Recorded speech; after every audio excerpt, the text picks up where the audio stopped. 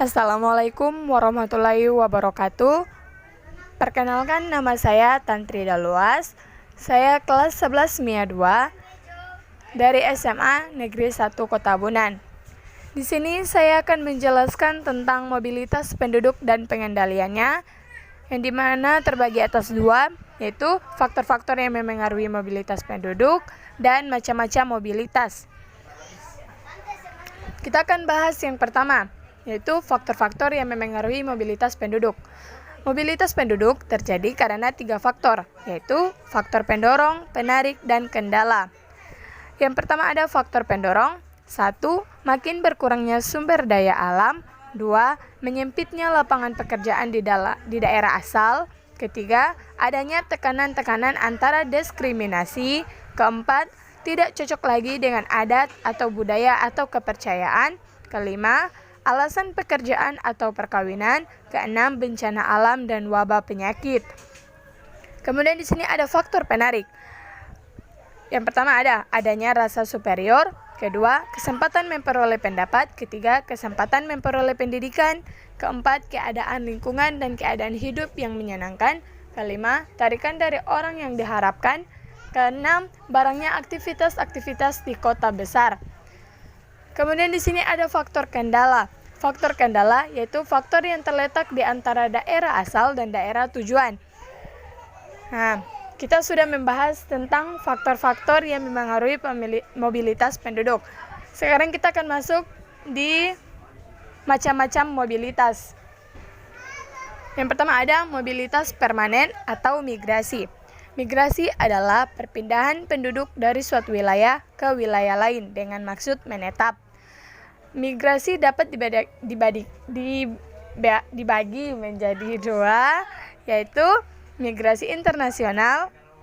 Migrasi internasional dapat dibedakan atas migrasi masuk, imigrasi, dan keluar, emigrasi. Imigrasi adalah masuknya penduduk suatu negara ke negara lain. Sedangkan emigrasi adalah perpindahan atau keluar penduduk dari suatu negara ke negara lain.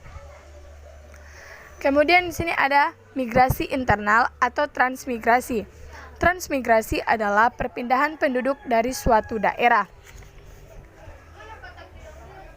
Adapun tujuan transmigrasi yaitu 1. Mengusahakan kekayaan alam di luar Pulau Jawa. 2. Supaya terjadi asimilasi antar dusun. 3.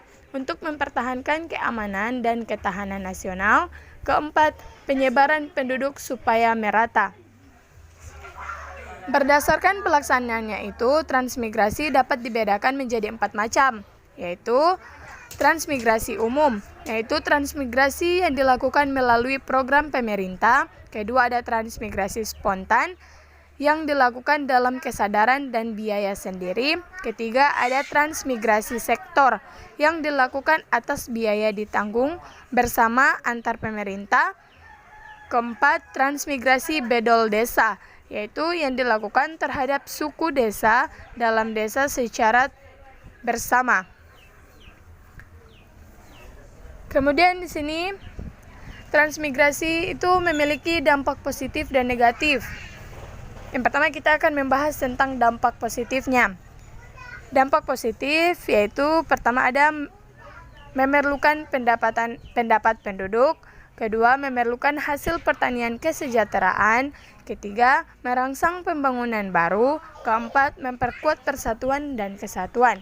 Kemudian di sini ada dampak negatifnya. Yang pertama, berkurangnya area hutan untuk lahan. 3. Terganggunya habitat hewan lain.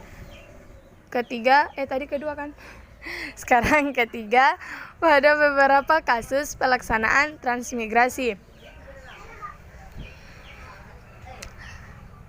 Kemudian di sini ada mobilitas non permanen sirkuler. Mobilitas penduduk sirkuler adalah gerak penduduk dari suatu wilayah menuju wilayah lainnya. Sirkuler dapat dibedakan menjadi 3 macam, yaitu sirkulasi harian,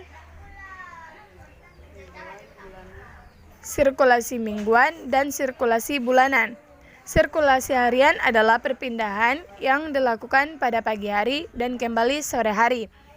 Kemudian ada sirkulasi mingguan adalah perpindahan dilakukan awal pekan dan akan kembali akhir pekan. Sirkulasi bulanan adalah perpindahan yang dilakukan sebulan sekali. Kemudian di sini ada urbanisasi. Urbanisasi juga memiliki beberapa makna seperti berikut.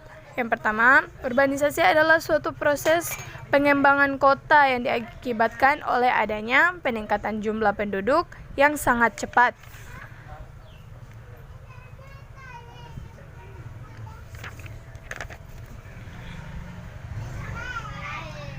Gejala urbanisasi yang berlangsung sangat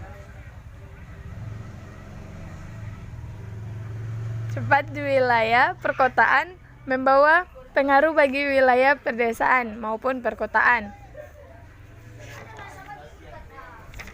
Di sini ada pengaruh urbanisasi bagi wilayah pedesaan. Yang pertama ada desa kekurangan tenaga kerja produktif.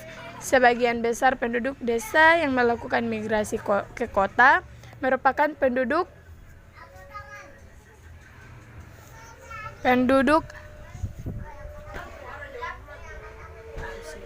usia produktif, sehingga yang tinggal di desa adalah penduduk produktif dan tidak produktif. Hal ini menyebabkan desa kekurangan tenaga kerja produktif. Kemudian ada lahan pertanian terlambat akibat banyaknya penduduk usia produktif yang pergi ke kota. Dampak yaitu banyak lahan pertanian yang tidak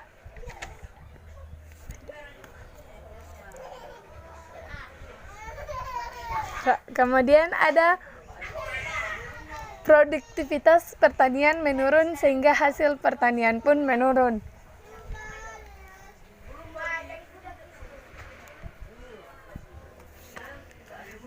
Kemudian di sini yang kedua ada pengaruh urbanisasi bagi wilayah perkotaan. Yang pertama, terjadinya penurunan kualitas lingkungan kota.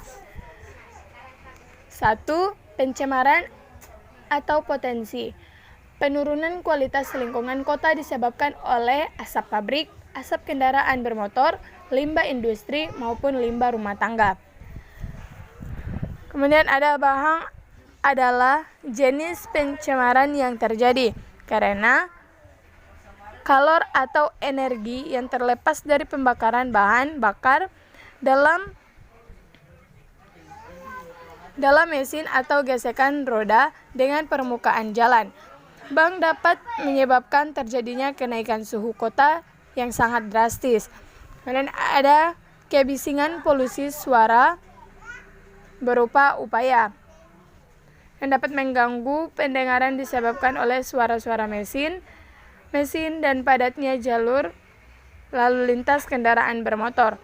Suara-suara tersebut apabila intensitasnya sangat tinggi dapat menyebabkan penyakit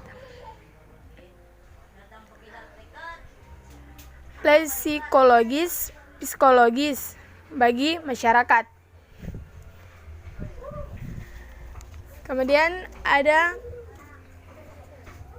kedua, dijumpai daerah kumuh slum akibat bertambahnya penduduk kota sebagai dari urbanisasi. Dijumpai fenomena seperti permukaan yang tidak memenuhi standar kehidupan maupun lingkungan. Ketiga, tingkat kriminalitas tinggi. Salah satu faktor yang menyebabkan kriminalitas di kota tinggi adalah adanya penduduk kota yang tidak mempunyai pekerja layak sehingga tidak mencukupi kebutuhan hidupnya. Kemudian ada penduduk desa yang melakukan imigrasi ke kota sebagian besar tidak mempunyai keterampilan yang layak untuk dapat dipekerjakan pada lapangan pekerjaan di kota. Dan yang terakhir, bertambahnya penduduk di kota yang tidak dengan bertambahnya prasarana transportasi atau mengakibatkan kemacetan lalu lintas. Beberapa ruas jalan yang Anda lihat di kota-kota besar di Indonesia seperti Jakarta, Bandung, Surabaya, Medan, Semarang, dan Palembang.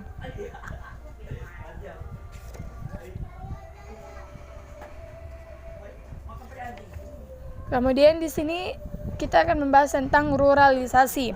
Ruralisasi adalah kebalikan dari urbanisasi, yaitu perpindahan penduduk dari kota ke desa.